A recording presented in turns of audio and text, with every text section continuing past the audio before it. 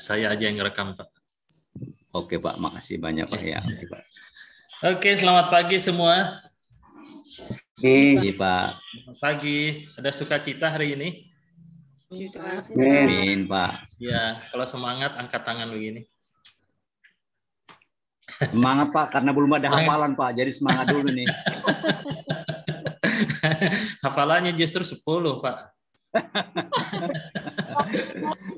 Kan sudah 10 lewat toh. Ada Ibu Esther nih. Ibu Esther sudah hafal banyak nih. Udah lupa lagi, Pak. Tahun sudah, Pak. Lupa lagi ya. Udahlah, Ibu Esther 4, Ibu Fani 2, Pak Pram 3 gitu. Walah. Pak, Bu Fani berapa, Pak? Enggak ada lagi Bu Fani kalau udah dibagi-bagi semua, Pak. Iya, Ibu Anik 1, Pak Ibu Lydia 1, atau satu-satu semua. Iya, baik. Hari ini kita akan memulai di buku baru ya. Buku sama nggak buku kita warna hijau? Ya, Pak, ini. Sama ya. Baik, kita membuka buku kita halaman yang ke-9. Halaman 9. Halaman 9. Saya share screen dulu ya. Oke. Buku kita halaman yang ke-9. Nah, judul pelajaran kita hari ini arah pertumbuhan ya, arah pertumbuhan. Jadi kalau kita melihat di sini, ini adalah satu tujuan ya. Nah, kita sudah belajar di buku 1. Nah, di dalam arah pertumbuhan ini, kita akan melihat mengulang garis besar di buku pertama. Ya. Jadi kalau kita lihat di buku pertama itu, kita menjadi anggota tubuh Kristus, membangun kebiasaan baru yang menjadi dasar pertumbuhan. Ya. Kemudian prinsipnya di dalam buku pertama ini mengulang kembali ya. Biasanya kalau sudah lewat itu bisa lupa gitu loh, lupa di buku pertama. Nah, setiap orang perlu memahami berita Injil secara lengkap dan jelas, kemudian mengerti dasar-dasar bagi pertumbuhan hidupnya. Jadi masih akar yang kita pelajari ya, yang pertama. Ya. Nah, kemudian kita ingat materinya ada 10 ya. Di buku kita ada semua di buku pertama. Pertama itu bicara tentang keselamatan, karena kalau orang belum lahir baru, belum hidup di dalam Tuhan, pembelajaran berikutnya itu akan sia-sia. Jadi sama seperti kita menanam bukan di tanah yang subur.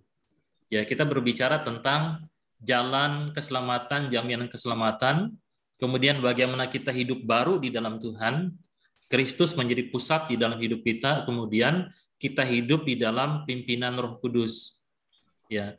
Nah, sesudah itu, sesudah kita hidup baru, bertumbuh dengan disiplin rohani, saat teduh, membaca Alkitab, berdoa, bersaksi, kemudian bersekutu. Nah, kemudian menularkannya kepada sesama kita. Ya. Apakah sudah ditularkan? Gimana Ibu Dwi? Belum nih, Pak. Belum menular ya?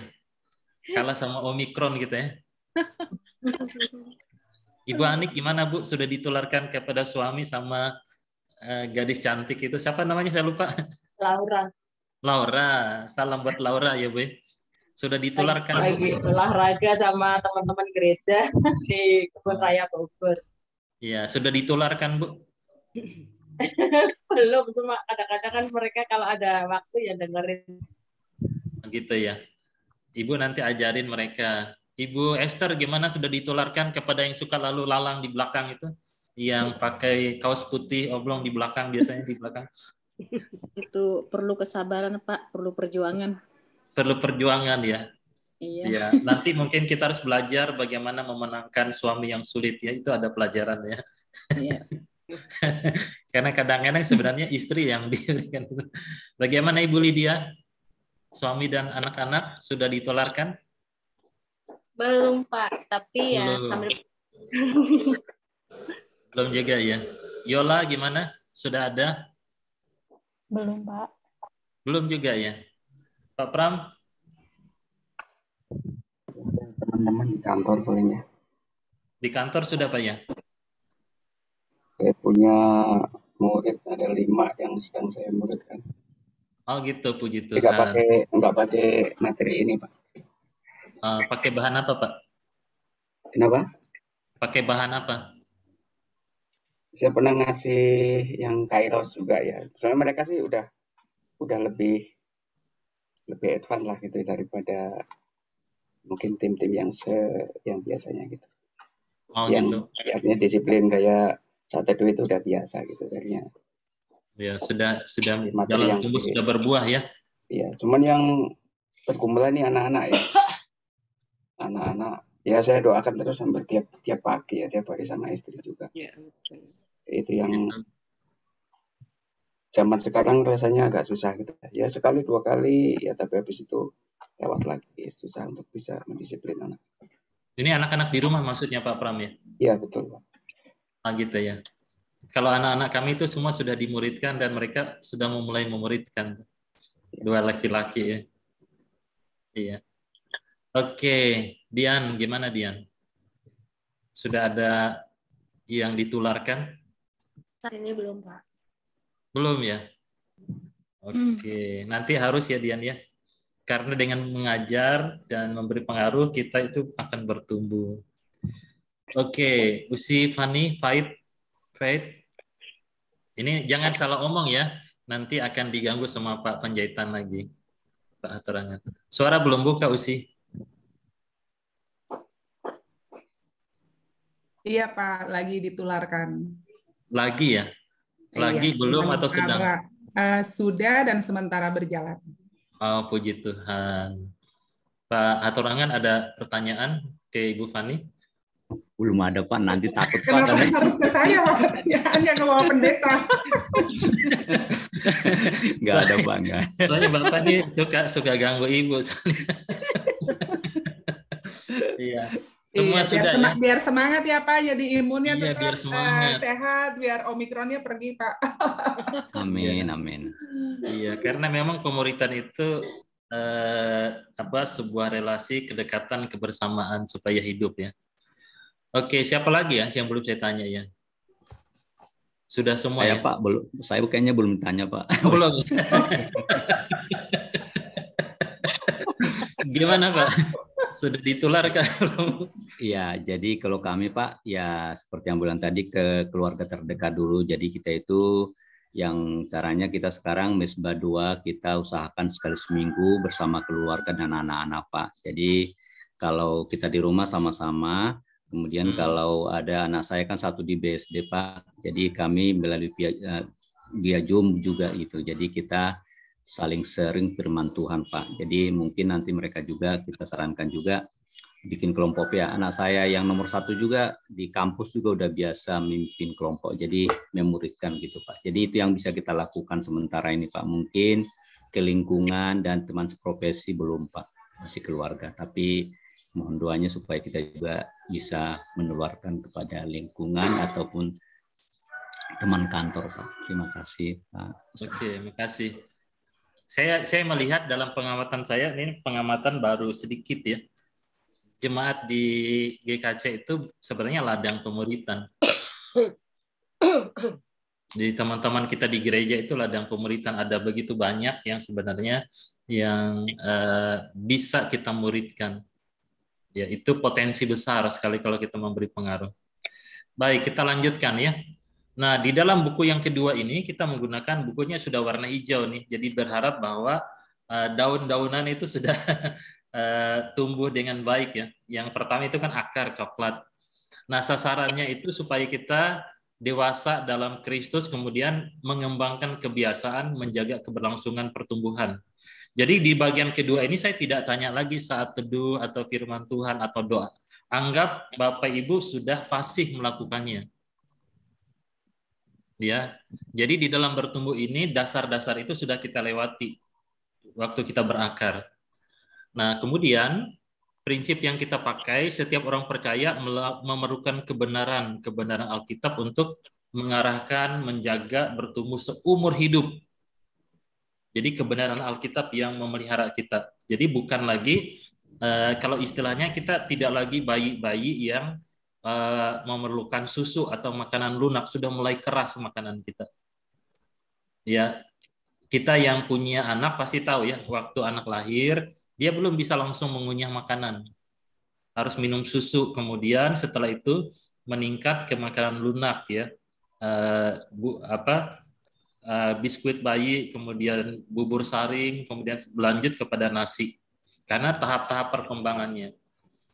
Nah, saya berharap bahwa kita semua juga terus bertumbuh ya. Tidak bayi terus secara rohani ya. Nah, sekarang kita akan masuk ke materinya. Materinya ada di buku kita semua, ada 10 materi. Nah, jadi Bapak Ibu bisa melihat 3 garis besarnya. Pertama, tentang pertumbuhan. Kemana arah pertumbuhan kita? Jadi kita harus tahu dulu tujuannya, arahnya kemana. Kemudian sarana atau alat yang kita pakai untuk bertumbuh. Nah, kemudian apa hambatan pertumbuhan kita? Nah, setelah kita bertumbuh dengan baik, nah kita mulai menata apa yang Tuhan berikan kepada kita. Pertama itu bagaimana kita memiliki prinsip penata layanan atas kehidupan yang Tuhan berikan. Kemudian menata waktu dan harta yang Tuhan berikan kepada kita. Nah, kemudian kita bertumbuh lagi dalam mengambil keputusan, menghadapi pencobaan, kemudian bertumbuh juga melalui penderitaan yang kita hadapi. Nah, sebenarnya ini sangat menarik. Bisa saja materi itu, satu materi nanti itu bisa 1 atau 2 kali kita bahas, bisa saja. Ada di kelas pemuritan yang lain, misalnya hambatan pertumbuhan itu malahan 2-3 kali. Tergantung nanti respon Bapak Ibu atau pertanyaan, karena bagian ini berbicara apa sih yang menghambat kita bertumbuh gitu ya. Jangan sungkan untuk bertanya atau diskusi ya. Tapi kalau Bapak Ibu tidak bertanya, makin cepat bahannya selesai. Bapak jangan bilang nanti makin cepat selesai. Mending ada yang tanya, Pak. Iya, tapi saya yakin nanti kalau hambatan pertumbuhan itu sebenarnya itu biasanya kalau kita ada tetap ketemu langsung, itu biasanya berlanjut dengan konseling. Karena nanti akan saya buka semua. Nanti silahkan bertanya ya, karena hal ini nanti akan Bapak Ibu akan melihat apa yang menjadi penghambat dalam kehidupan kita. Bisa apa yang ada tertulis di dalam buku ini maupun nanti di dalam penjelasan yang lain. Oke, kita akan mulai dengan membaca Kolose 2 ayat 6-7. Minta kesediaan Ibu Anik, tolong baca, Bu. Ada di slide atau Ibu buka Alkitab, silahkan. Kolose 2 ayat 6-7. Kolose 2 ayat 6-7. Kamu telah menerima Kristus Yesus, Tuhan kita, karena itu hendaklah hidupmu tetap di dalam Dia. Hendaklah kamu berakar dalam Dia dan dibangun di atas Dia. Hendaklah kamu bertambah teguh dalam iman yang telah diajarkan kepadamu, dan hendaklah hatimu melimpah dengan syukur. Oke, terima kasih Bu Anik. Nah, ibu-ibu, bapak-bapak sekalian, ini pembukaan sekaligus ayat hafalan.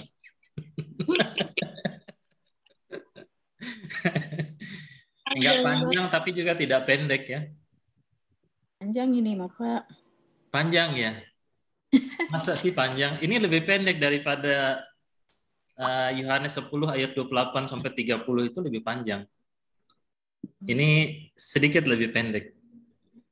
Nah, coba kalau Bapak Ibu perhatikan di sini gambar yang ada di slide, itu ada pohon, kemudian di bawahnya akar. Ya. Kita lihat bahwa kalau kita lihat gambar di slide itu, akarnya panjang ke bawah, hampir seimbang ya dengan tingginya pohon itu. Tapi tidak pernah kelihatan kan, bukan akarnya. Ya, ini sengaja dibuka untuk menolong kita untuk mengerti bahwa pertumbuhan itu tidak hanya sekedar ke atas, tetapi juga ke dalam. Nah, ini sebenarnya ilmu di dalam hal tanaman. Jadi, pertama, kita sudah menerima Tuhan Yesus ini sebagai Tuhan dan Juru Selamat kita. Nah, waktu kita percaya kepada Tuhan Yesus, hidup kita tetap di dalam Dia, jangan berubah-ubah. Itu maksudnya. Nah, waktu kita berada di dalam Dia, kita hidup di dalam Dia, kemudian kita berakar di dalam Dia. Nah, sama seperti tanaman. Kalau Bapak Ibu bayangkan tanaman ya. Coba Pak Pram ya. Pak Pram suka nanam nggak Pak? Nanam apa gitu? bunga kah atau apakah gitu?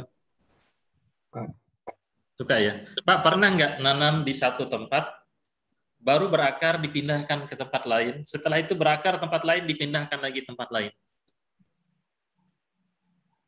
Ya, saya nanam ini sih yang satu pakai tanah, satu pakai air itu. Jadi kalau pakai air sih nggak masalah gitu. Cuma Nggak dia masalah memang ya?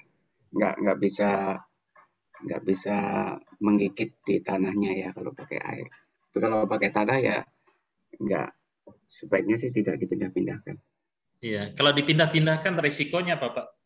Risikonya akarnya putus, kemudian penyesuaian terhadap tanah yang baru juga belum tentu bisa sesuai. Iya, kadang-kadang juga akibatnya bisa mati ya, Pak ya, tanaman itu. Saya ngalamin itu, Pak, pindah-pindahin itu mati pohonnya. Ibu mindahin paling tanamannya itu soft daun seledri kali. Iya. Jadi kalau kita pindah-pindahin itu bisa mati atau paling tidak dia tidak tumbuh dengan baik. Nah, maksud bagian firman Tuhan ini Paulus mengatakan kepada jemaat di Kolose, kita ini sudah percaya kepada Tuhan, hendaklah hidup kita tetap di dalam Dia.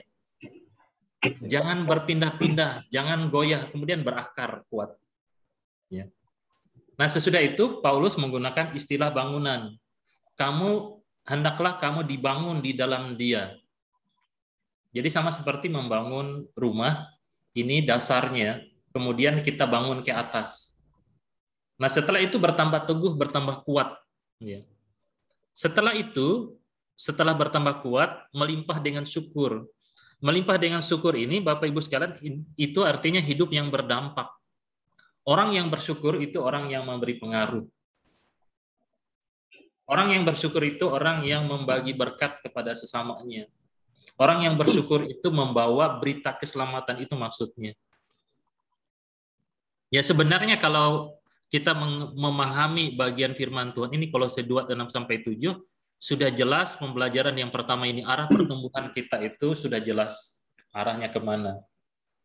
Jadi sama seperti kita pergi kemarin waktu kita bertemu di Cibinong kemarin, arahnya jelas kan, ke rumah makan itu Mangkebayan.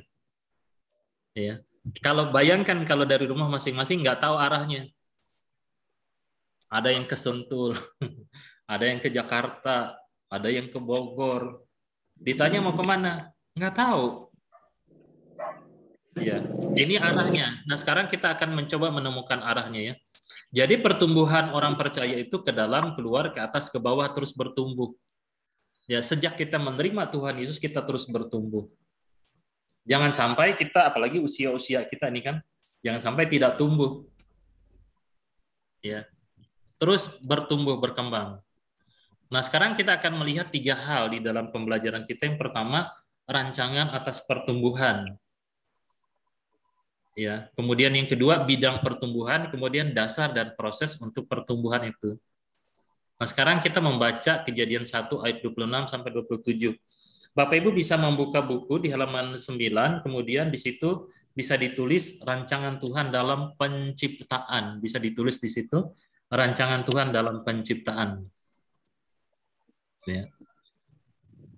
Baik, mari kita membaca bagian firman Tuhan ini. Minta kesediaan Ibu Esther, tolong baca Bu di slide kita Kejadian 1, 26, 27. Berfirmanlah Allah, baiklah kita menjadikan manusia menurut gambar dan rupa kita. Maka Allah menciptakan manusia itu menurut gambarnya, menurut gambar Allah diciptakannya dia, laki-laki dan perempuan diciptakannya mereka. Oke. Dian masih ingat nggak pelajaran yang pertama? Apa tujuan Tuhan menciptakan kita? Bentar Pak, buka dulu bukunya. Dian nih, jangan buka buku. Udah ada nih Pak, buka bentar.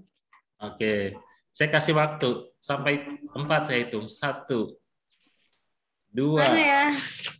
Yang pertama, Katekismus Westminster itu. Di aku nggak ada sih. Masa nggak ada? Halaman 11. Halaman 11 ya. 1, 2, 2, 3, 3,5. Memuliakan Tuhan dan menikmatinya selamanya. Betul. Jadi hidup kita memuliakan Tuhan dan menikmatinya selamanya. Nah, sekarang Bapak Ibu sekalian, kita harus tahu ya bahwa ini harus kita pahami bahwa kita ini diciptakan menurut gambar dan rupa Tuhan. Maksudnya ialah supaya hidup kita itu memancarkan dan memuliakan Tuhan. Coba kita tanya kepada diri kita sendiri. Ya. Apakah hidup kita sudah menggambarkan bahwa kita ini adalah ciptaan Tuhan atau tidak?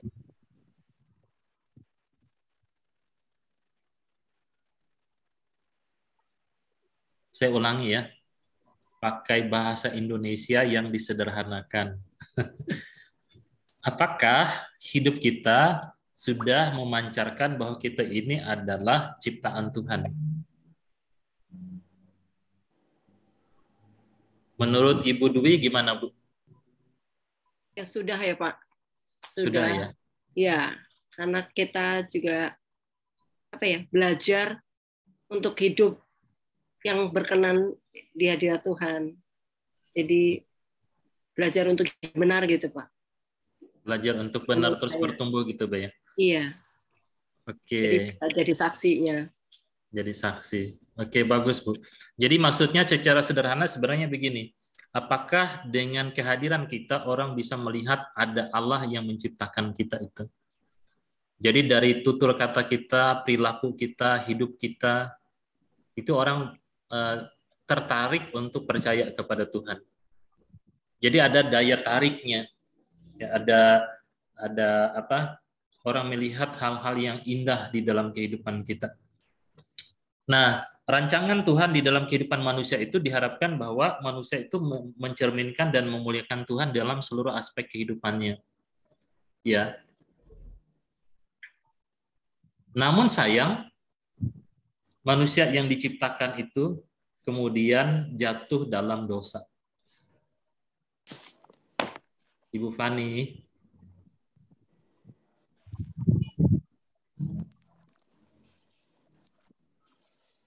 Gimana, Bu? Hafal Roma 3:23? Kalau enggak, Ibu harus kirim donat ke semua anggota.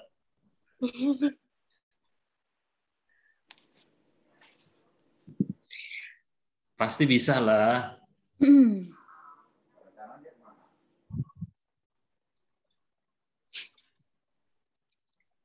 Ini ayat dasar. Tidak boleh tidak tahu. Roma 3 ayat 23. Belum hafal, Lucy? Lupa, Pak. Mau lihat itu apa ya? Pasti kalau sudah lihat, oh ini. Gitu. Karena semua orang telah berdosa dan kehilangan kemuliaan Allah. Iya, jadi semua orang telah berdosa dan telah kehilangan kemuliaan Allah. Kemudian Yola, Roma 6 ayat 23. Jangan dibaca, kira-kira tentang apa? Enggak tahu. Tentang upah dosa. Coba baca, Roma 6:23. Sebab upah dosa ialah maut, tetapi karunia Allah ialah hidup yang kekal dalam Kristus Yesus Tuhan kita. Oke, Roma 3 ayat 23, Roma 6 ayat 23 itu ayat dasar bagi penginjilan. Ya. Jadi ini harus dipahami dan harus diingat. Ya, ini ayat dasar. Kalau kita menginjili atau kita memberikan kekuatan kepada orang lain harus memahami kedua bagian ini. Jadi pelajaran tentang bertumbuh ini sedikit lebih ini Pak Panjaitan, jadi sedikit lebih keras. Guru juga sedikit lebih galak kali ini. Jangan absen lagi ya. Nanti waduh susah nih kayaknya nih pelajaran kedua ini. Nah, kemudian Bapak Ibu sekalian kita lihat ini dampak dari dosa itu. Kalau kita lihat gambarnya, inilah kerusakan akibat dosa. Ini mewakili saja kekerasan, kemiskinan, kuasa kegelapan, kelaparan, penderitaan. Ini akibat dari dosa. Akibat manusia tidak hidup lagi sesuai dengan rancangan Tuhan. Ini akibat yang kita jalani sampai pada hari ini. Ya. Jadi kita lihat ini dampaknya luar biasa sekali. Ya, dampak dari dosa itu begitu luar biasa, merusaknya. Ya, tatanan kehidupan kita rusak sekali karena dosa itu. Ya. Nah, jadi semua orang telah berbuat dosa dan kehilangan kemuliaan Allah. Gambar dan rupa Allah itu tidak lagi tercermin di dalam kehidupan manusia. Nah, kemudian yang berikutnya bisa ditulis di buku kita, rancangan Tuhan dalam diri Kristus. Nah, Alkitab mengatakan bahwa Kristus adalah gambar Allah. Jadi di dalam 2 Korintus maupun Kolose 1 ayat 5, kemudian Ibrani 1 ayat yang ketiga. Kristus adalah gambar dan wujud Allah. Maksudnya ialah bahwa Allah datang di dalam diri Tuhan Yesus Kristus untuk mengembalikan manusia yang berdosa yang telah rusak itu tadi. Bisa dipahami ya maksudnya ya? Jadi Kristus datang untuk mengembalikan manusia yang telah kehilangan kemuliaan itu tadi, yang tidak lagi hidup sesuai dengan gambar dan rupa Allah.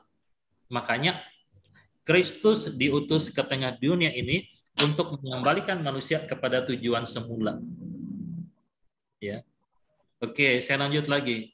Sehingga kemudian rancangan Tuhan itu nampak di dalam diri orang percaya. Kita buka di halaman ke-10, Bapak Ibu bisa tulis di situ. Rancangan Tuhan dalam diri orang percaya. Nah, Roma 8 ayat 29 itu adalah goal atau tujuan hidup manusia. Ya. Sekarang kita akan membaca bagian firman Tuhan ini. Tolong Dian baca Roma 8 ayat 29. Oke, Pak. Ya. Sebab semua orang yang dipilihnya dari semula, mereka juga ditentukannya dari semula untuk menjadi serupa dengan gambaran anaknya, supaya ia, anaknya itu, menjadi yang sulung di antara banyak saudara. Oke, terima kasih Dian. Jadi kita lihat di sini bahwa orang yang dipilihnya, orang yang ditentukannya dari semula punya tujuan menjadi serupa dengan gambaran anaknya. Inilah tujuan kehidupan orang percaya.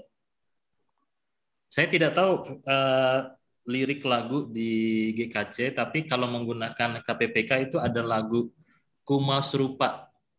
Ku mau serupa Tuhan yang mulia, inilah doa harapanku, dan seterusnya. Jadi tujuannya, jadi arah pertumbuhan kita itu ialah menjadi serupa dengan Kristus. Memang tidak akan sempurna seumur hidup kita, karena kita sudah rusak, terkontaminasi dengan dosa, tetapi kita berada di dalam arah yang benar untuk terus bertumbuh makin menyerupai Kristus. Jadi ada tujuannya, ya, ada goal yang akan dicapai. Oke, nah sekarang kita lihat. Jadi rancangan Tuhan bagi orang percaya agar kita segambar dengan diri Tuhan yang terwujud dalam pribadi Kristus, itulah arah pertumbuhan anak-anak Tuhan.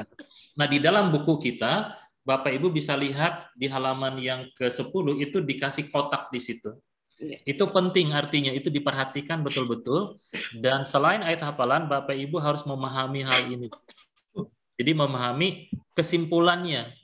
Rancangan Tuhan bagi semua orang percaya adalah agar kita segambar dengan diri Tuhan, sebagaimana terwujud dalam pribadi Kristus. Itulah arah pertumbuhan anak-anak Tuhan.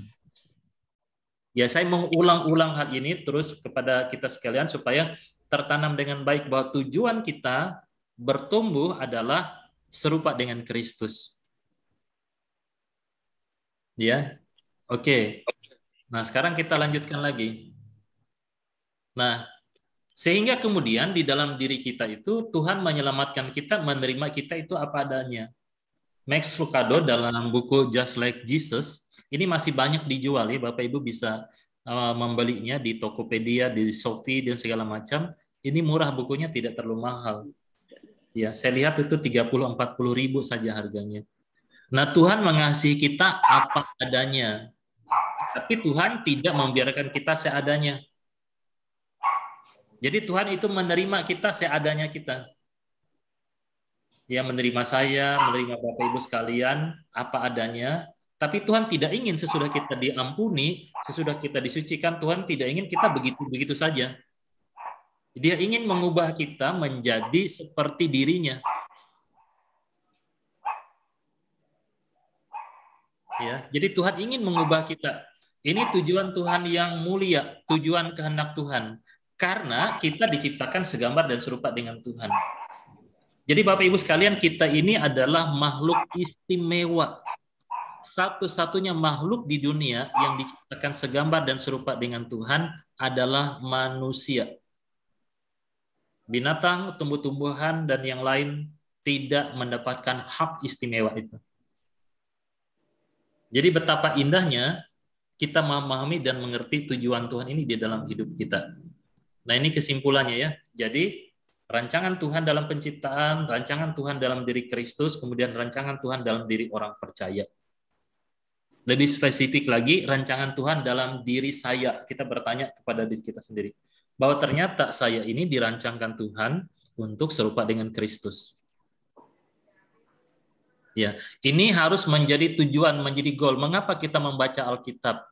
Mengapa kita berdoa? Mengapa kita melayani? Mengapa kita berubah? Mengapa kita bertobat? Mengapa kita diperbaharui? Tujuannya terus diubahkan untuk menjadi serupa dengan Kristus. Ya, ada gesekan, ada tantangan, ada pergumulan, ada hal-hal yang perlu Tuhan buang di dalam diri kita. Tujuannya supaya kita menjadi serupa dengan Kristus. Ya, nanti kita akan melihat bagian-bagian prosesnya di dalam pembelajaran berikutnya. Nah, sampai di sini, apakah ada pertanyaan atau tanggapan dari Bapak Ibu? Saya persilahkan. Supaya kita, karena pelajaran pertama ini menentukan arah di dalam pelajaran berikutnya. Karena kalau kita melewati pelajaran pertama ini, maksudnya tidak paham, maka kita akan kehilangan jejak, kehilangan arah. Silahkan kalau ada yang mau bertanya.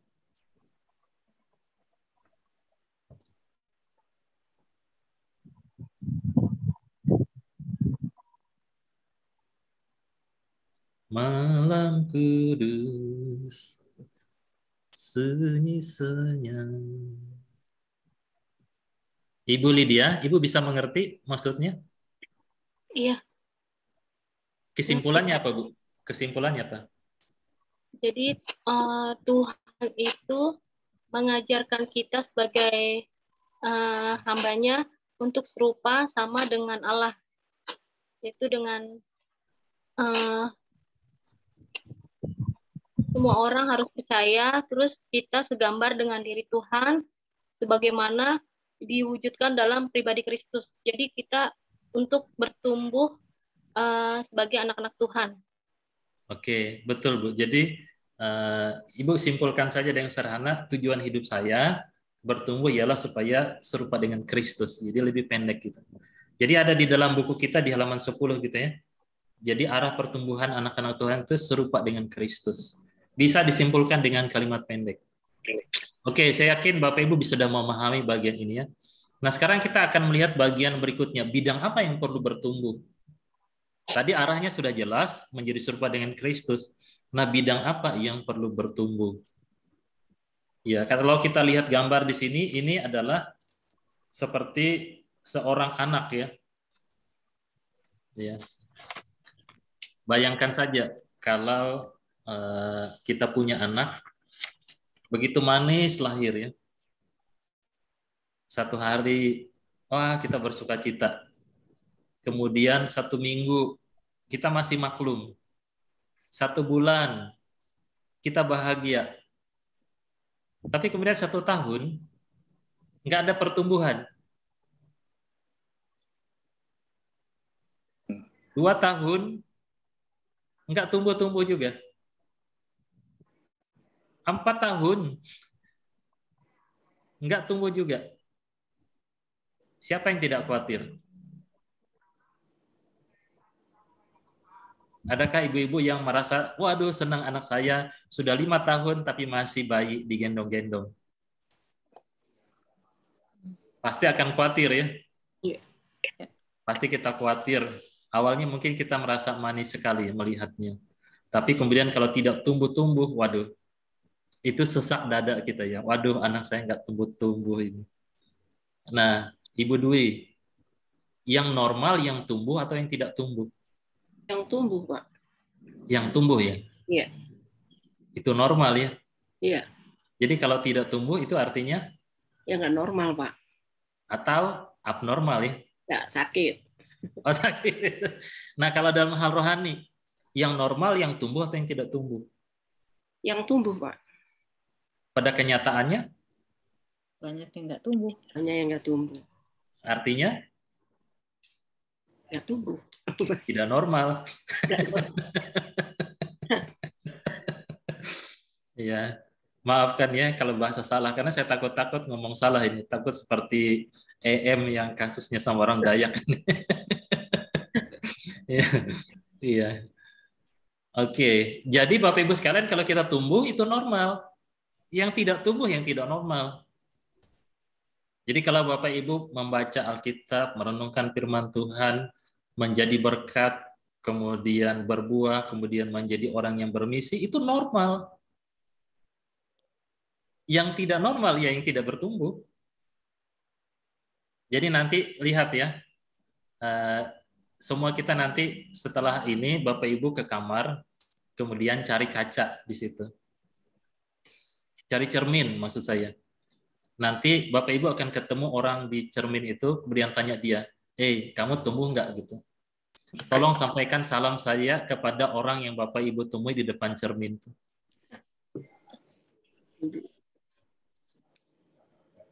Ya, siap? Gimana Ibu Esther, nanti ketemu, lihat di cermin ya Bu, sampaikan salam saya kepada orang yang Ibu temui di depan cermin itu, bilang salam dari Pak Pendeta, tanya kepada orang itu, kamu tumbuh nggak sih? Kemudian kalau dia nggak tumbuh, bilang, kamu ternyata nggak normal loh orang. Oke, Pak. Oke ya. Tapi jangan ketawa-ketawa sendiri ya Bu ya. Oke, nah bidang yang harus bertumbuh itu Bapak Ibu sekalian, kita lihat di sini Efesus pasal 4 ayat yang ke-15. Jadi bertumbuh ke arah Kristus yang adalah kepala ya. Nah, tolong Ibu Lydia tolong baca bagian ini Bu. Dengan teguh berpegang kepada kebenaran di dalam kasih kita, bertumbuh di dalam segala hal ke arah Dia, Kristus yang adalah kepala. Jadi terima kasih Bu Lydia. Jadi bertumbuh di dalam segala hal ke arah Kristus. Ini sama seperti Roma 8 ayat 29 tadi. Nah, secara detail saya akan jelaskan di sini. Nah, di dalam Efesus pasal 4 ini agak panjang ya. Nah, jadi Tuhan memberikan hamba-hamba Tuhan, rasul-rasul, pengajar-pengajar untuk menolong kita bertumbuh. Ya. Bukan untuk menghambat pertumbuhan kita. Ini kesimpulannya, ini cukup panjang. Saya lewatkan bagian ini. Nah, kemudian begini.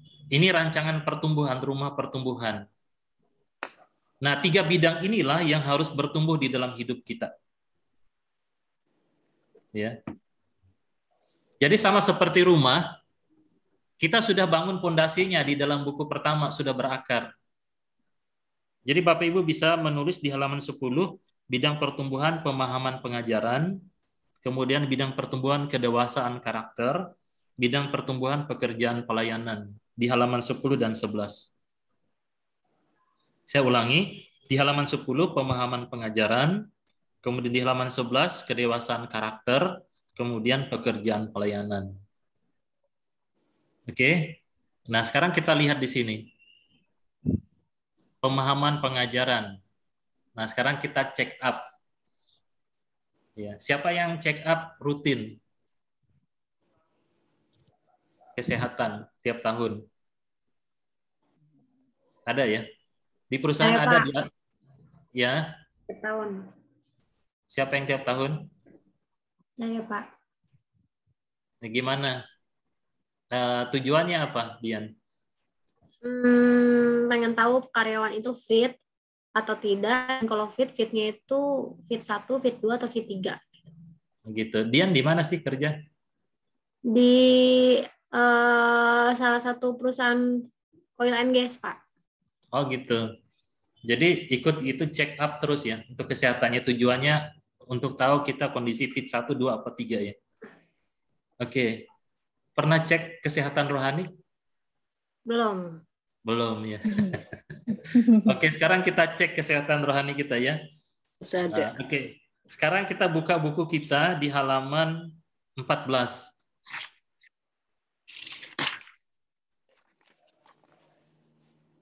Nah, Bapak Ibu sekalian, di halaman 14 itu ini bukan seharusnya ya, tapi keadaan kita sekarang maksudnya ya. Jadi kita periksa kondisi kesehatan rohani kita sekarang. Jadi spiritual check up, jangan malu ya untuk mengecek diri sendiri. Ya. Nah, nanti Bapak Ibu akan kasih tanda 1. Nomor 1 artinya kita tidak melakukannya tapi tidak gelisah. Kalau tidak melakukan, tidak gelisah, kasih angka 1 ya. Nah, jangan diisi dulu ya. Kemudian yang kedua, kita tidak melakukannya tapi gelisah, sekedar gelisah saja. Kemudian misalnya yang ketiga, nomor 3, kita melakukan tapi sekedarnya. Keempat, sudah melakukan dengan baik. Kemudian 5, melakukan tapi dapat menginspirasi orang lain juga untuk melakukannya. Contohnya begini. Ya, saya kasih contoh ya. Saya tanya dengan Yola. Yola pernah tidak ke gereja? Pernah. Bagaimana rasanya? Gelisah atau tidak? Iya, kayak ada yang kurang gitu, Pak. Ada yang kurang. Jadi nilainya dikasih berapa? Tidak melakukan tapi gelisah, 2. 2 ya. Oke. Pernah nggak Yola ke gereja tapi ogah-ogahan? Pernah. Jadi nilainya dikasih? 3. Melakukan sekedarnya. Pernah nggak Yola ke gereja tapi senang, bahagia, sudah bagus gitu melakukannya? Pernah. Jadi kasih nilai? 4. Pernah nggak Yola membawa orang ke gereja dan mengajak orang untuk aktif dalam beribadah? Pernah, Pak. Jadi dikasih nilai? 5. Itu contohnya ya. Oke, nah sekarang kita akan lihat, kita cek diri kita. Nah sekarang kita, Bapak Ibu, buka di halaman 14 mengenai pertumbuhan pengajaran. Ya. Jadi bukan pertumbuhan rohani ya, tapi pertumbuhan pengajaran. Nah sekarang tolong kasih nilai dari 3 pertanyaan ini. Apakah saya sedang terus memperjuangkan pertumbuhan saya dalam, pertama, mengenal pribadi dan karya Tuhan? Berapa nilainya? Apakah saya sedang terus memperjuangkan pertumbuhan saya dalam membaca dan mempelajari Alkitab? Apakah saya sedang terus memperjuangkan pertumbuhan saya dalam memahami pokok-pokok pengajaran Alkitab? Silakan menilai diri sendiri. Berapa nilainya?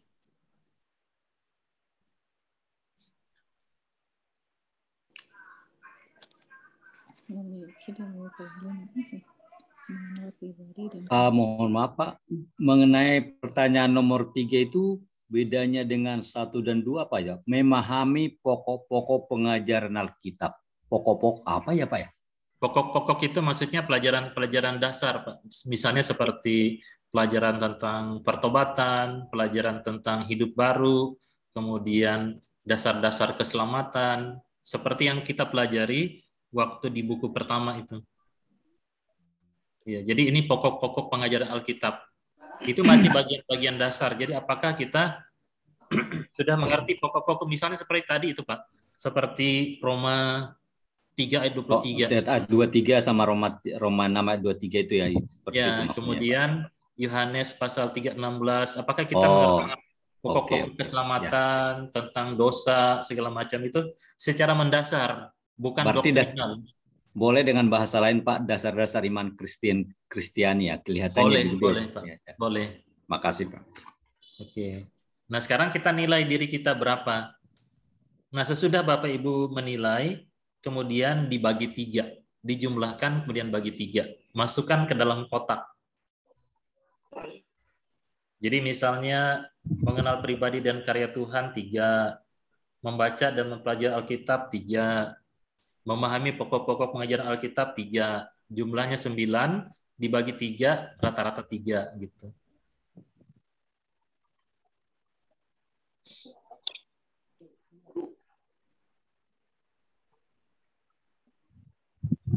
Sudah? Sekarang kita lanjut. Karakter, kedewasaan karakter. Nah, sekarang di buku di halaman 15 ada 3 pertanyaan. Apakah saya sudah menjadi pengelola milik Tuhan? Ya. Apakah saya sedang terus memperjuangkan pertumbuhan saya dalam menjadi pengelola milik Tuhan? Maksudnya pelayanan. Pengelola maksudnya pelayanan gitu, Pak? Bukan, Bu. Maksudnya semua yang Tuhan berikan kepada kita. Contohnya harta, waktu, karunia yang Tuhan berikan kepada kita. Apakah saya sudah menjadi pengelola atau belum? Nanti bagian ini memang akan kita perdalam lagi. Ini masih pembukaan awal ya. Nah, kemudian yang kedua, apakah karakter saya juga, saya terus berjuang supaya karakter saya itu berubah. Misalnya kita pemarah, atau mungkin ada yang pemalas, atau ada yang pengkritik, atau tukang gosip, segala macam. Karakter saya, apakah saya akan berubah atau tidak? Apakah saya terus berjuang, nggak bertumbuh? Kemudian yang ketiga, relasi saya dengan orang lain. Apakah saya terus memperbaikinya, relasi dengan orang lain?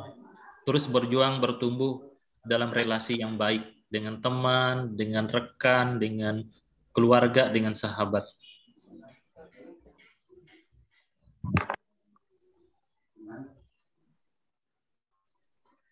Oke, sudah ya, gampang ini ya. Kemudian yang ketiga, pelayanan. Di halaman 15, apakah Bapak Ibu mengenali panggilan pelayanan atau tidak?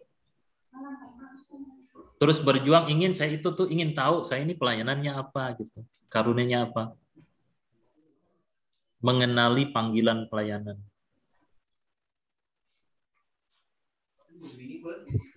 Kemudian kedua, meningkatkan wawasan dan keterampilan pelayanan.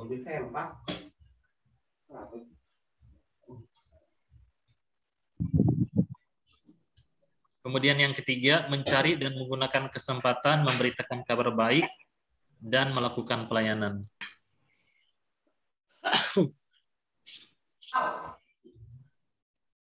Oke, sudah semua ya?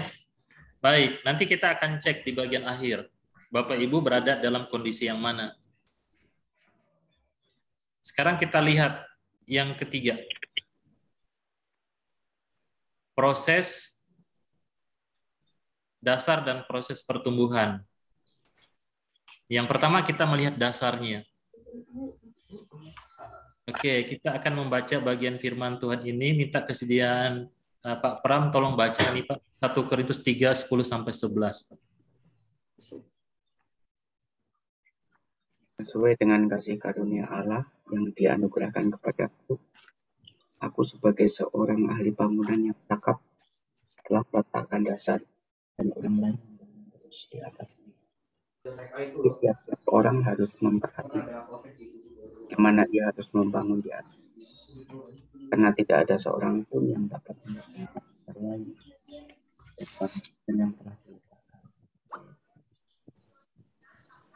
Oke, terima kasih Pak Pram. Ya, suaranya kecil Pak, hampir tak terdengar tadi. Volumenya saya kecilin soalnya. Oh, ya kecilin.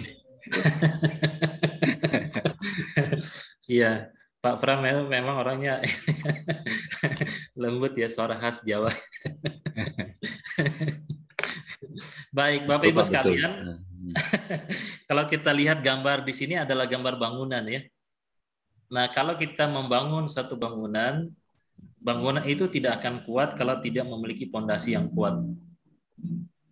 Makin tinggi satu bangunan, makin kuat dan makin dalam fondasi bangunan itu. Ya. Nah, dasar kehidupan kita untuk membangun kehidupan rohani kita itu adalah Kristus. Itu dasar yang teguh, dasar yang kuat.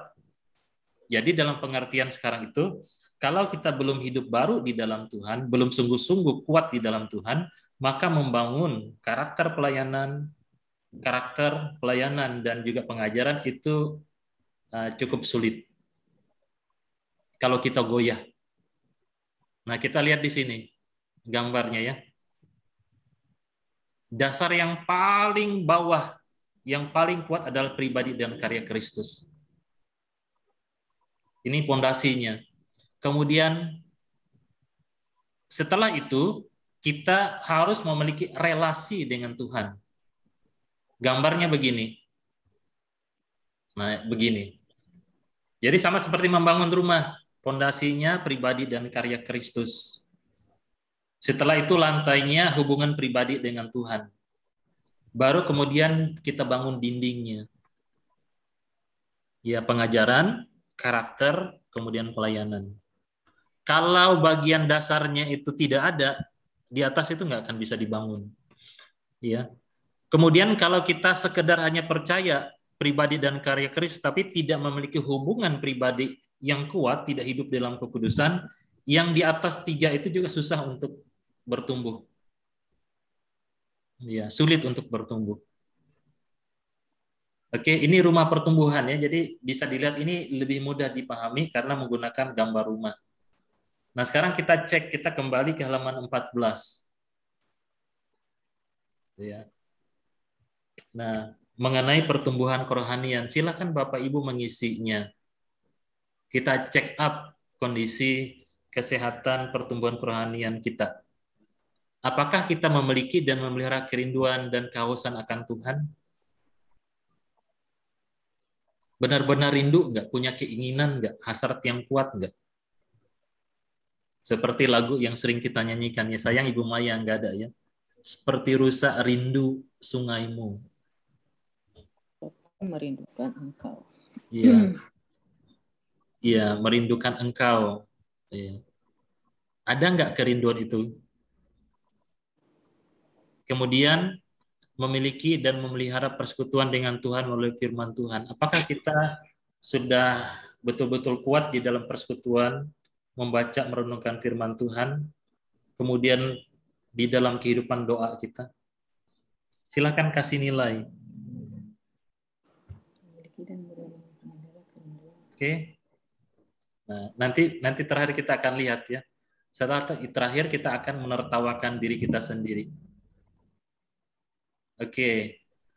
Kemudian proses pertumbuhan. Bapak Ibu sekalian, proses pertumbuhan tiap-tiap orang itu berbeda.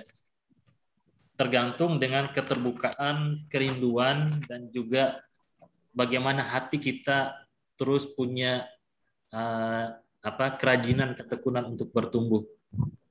Di dalam Lukas maupun di dalam Matius dikatakan bahwa benih itu jatuh, ada yang bertumbuh 60, ada yang 30 dan seterusnya. Ada 100, 60 dan 30.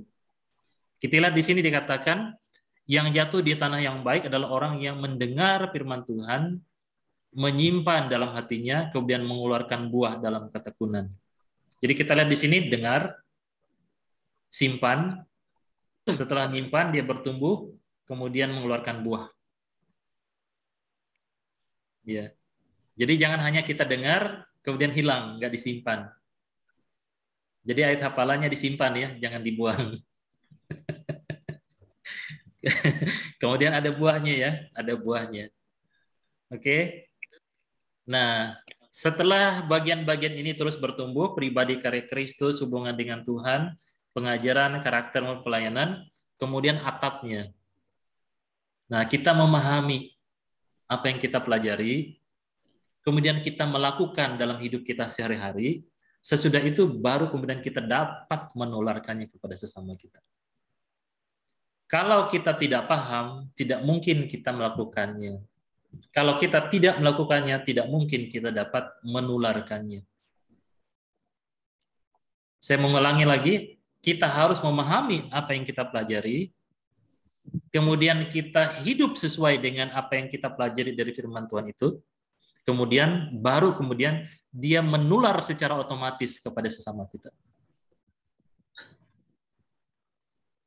Bisa pahami Bu Esther? Ya, Pak. Bisa ya. Berat nggak Bu? Lumayan, Pak. Lumayan ya.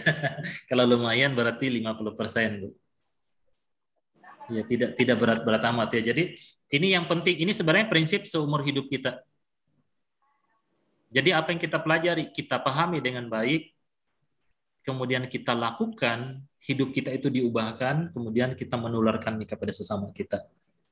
Contohnya, mungkin Bapak Ibu kenal si jubah kuning ya. Mungkin sering atau pernah dikhotbahkan tentang Sandu Sundar Singh. Ya. Ada yang bisa mengisahkan tentang Sandu Sundar Singh? Ibu Anik tahu nggak kisah Sandu Sundar Singh? Ya? Nggak tahu. Nggak tahu.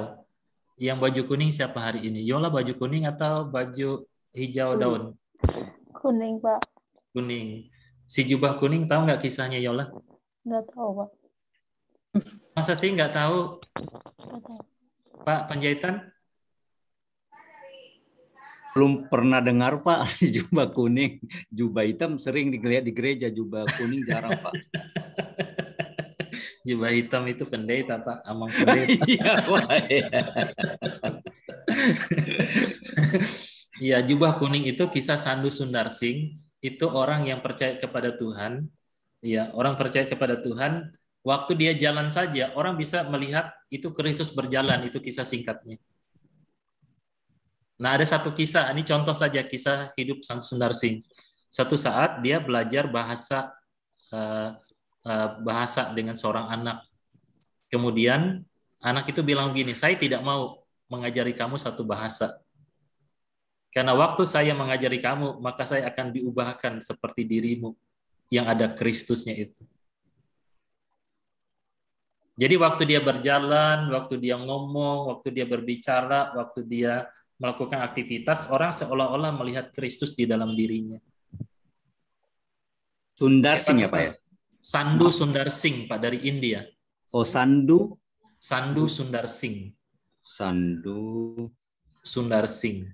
Sundar, supaya di Google dulu, nanti Google Pak, soalnya nanti cari ya, nanti di Google Pak, itu cerita misi itu bagus sekali menggugah semangat kita. Waduh, luar biasa. Ya, makasih Pak. Sandu Sundar Singh ya. Ya.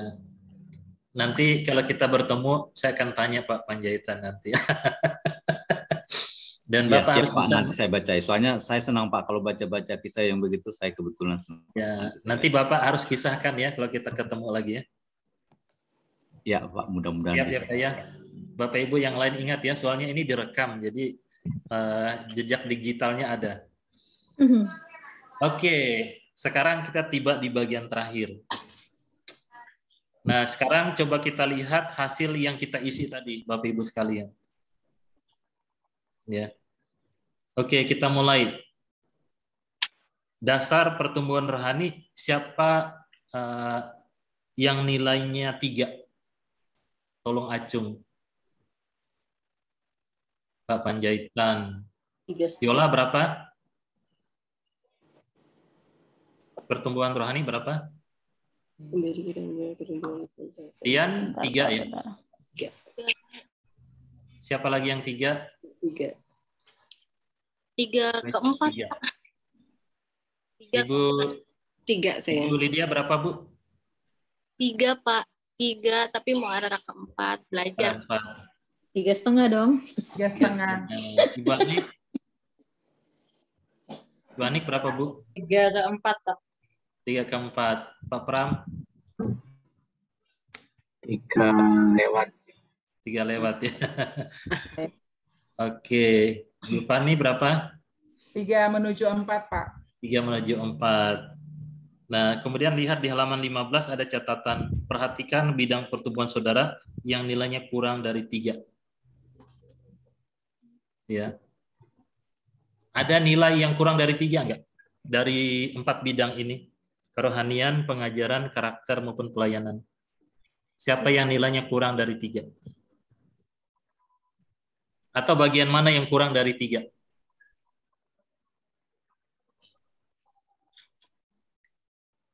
Ada?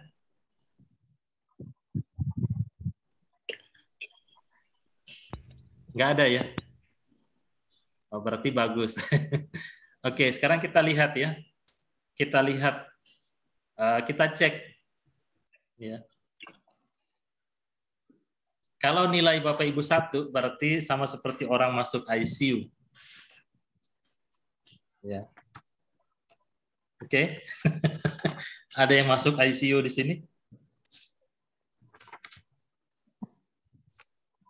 Tadi nilai 1 itu berbicara tentang orang yang tidak melakukannya, tidak gelisah.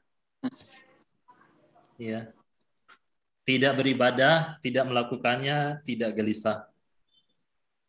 Tidak berdoa, tidak melakukannya, tidak gelisah. Oke? Itu bahaya sekali ya. Nggak ada ya yang di sini yang ICU? Puji Tuhan nggak ada, Pak. Puji Tuhan nggak ada ya. Kalau begitu yang kedua, rawat inap. Kalau Bapak Ibu nilainya 2, berarti sedang proses rawat inap. Saya ada yang 2, Pak. Hah? 2. Siapa yang nilai 2? Yola. Yola ya. Di bidang mana Yola? Sepertinya di pelayanan ya, karena sekarang kan nggak terlalu terlibat di pelayanan.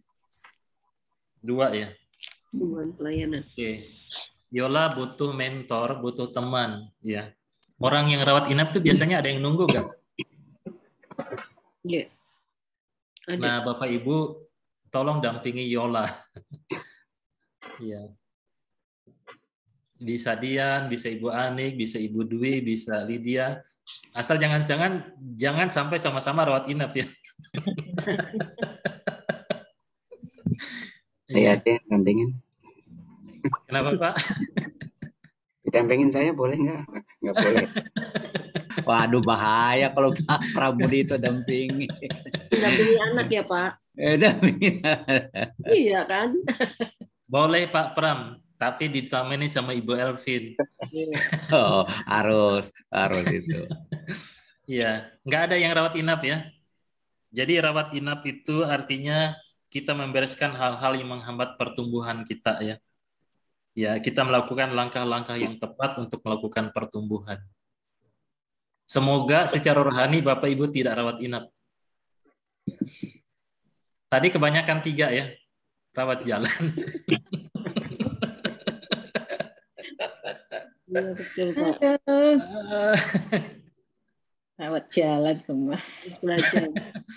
Aduh. Rawat jalan ya. Jadi kita harus memaksimalkan kesehatan kita ya. Harus rajin.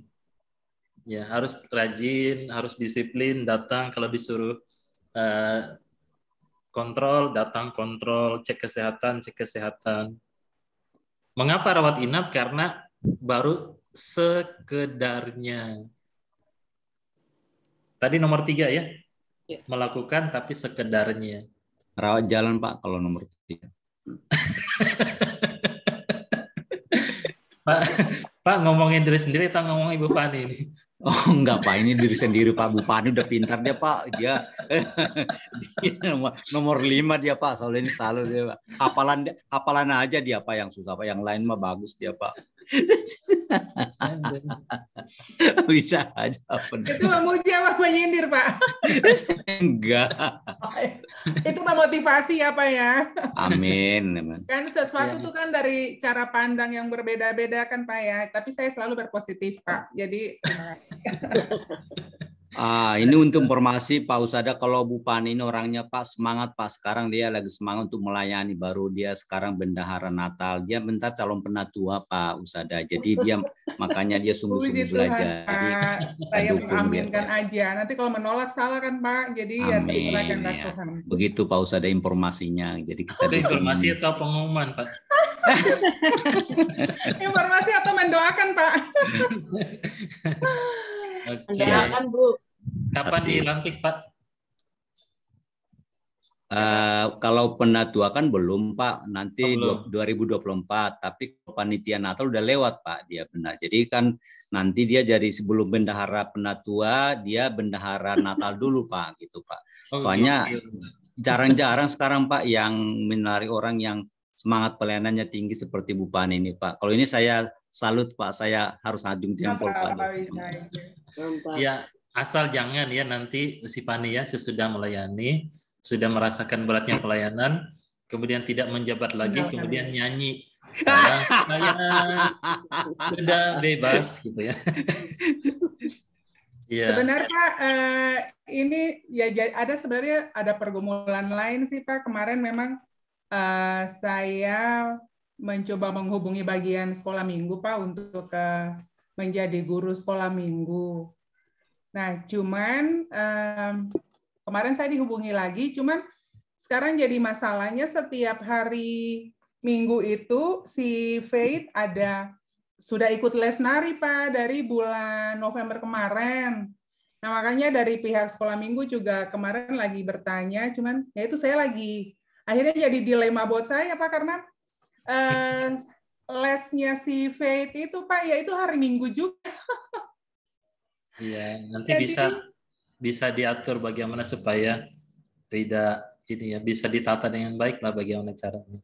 Iya, makanya saya lagi bilang ke mereka nanti mau dibicarakan lagi gitu Pak, karena memang saya merasa bahwa saya ingin melayani di sana, cuman ya waktunya Pak, makanya mau ingin dibicarakan lagi. Menurut penelitian, guru sekolah minggu yang terbaik itu adalah jemaat yang sudah berkeluarga. Menurut penelitian. Bukan berarti yang belum keluarga seperti Yola dan Dian ini belum bisa, ya bukan. Sudah bisa maksudnya, lebih efektif yang sudah berkeluarga karena pengalaman mendidik anak di rumah maksudnya. Jadi dari sisi pengalaman di rumah, kemudian dari sisi pengalaman di dalam kehidupan keluarga, itu maksudnya itu. Jadi Ibu Anik sudah bisa melayani.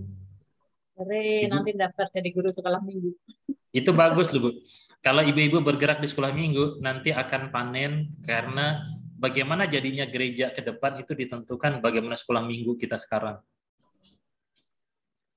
Ya, jadi sekolah minggu itu menentukan bagaimana regenerasi gereja sekarang. Bahkan ada ahli berkata, ahli pertumbuhan gereja, wajah gereja ke depan itu terlihat dari sekolah minggunya sekarang. Ya, karena nanti waktu kita mengajar sekolah minggu, anggaplah seperti padi luas gitu ya, banyak begitu. Tapi nanti di remaja mulai dia menciut, pemuda mulai lagi dia berkurang. Pasangan muda mulai lagi berkurang. Karena banyak hilang anak-anak muda kita. Oke, nanti kita lanjutkan lagi. Ini bagus sekali. Nah, sekarang yang keempat. Yang keempat, olahraga. Jadi yang tadi menuju 4 itu harus rajin-rajin rawat jalan menuju ke olahraga. Ya, olahraga artinya kita stamina pertumbuhan kita udah bagus, sudah berjalan dengan baik gitu. Ya.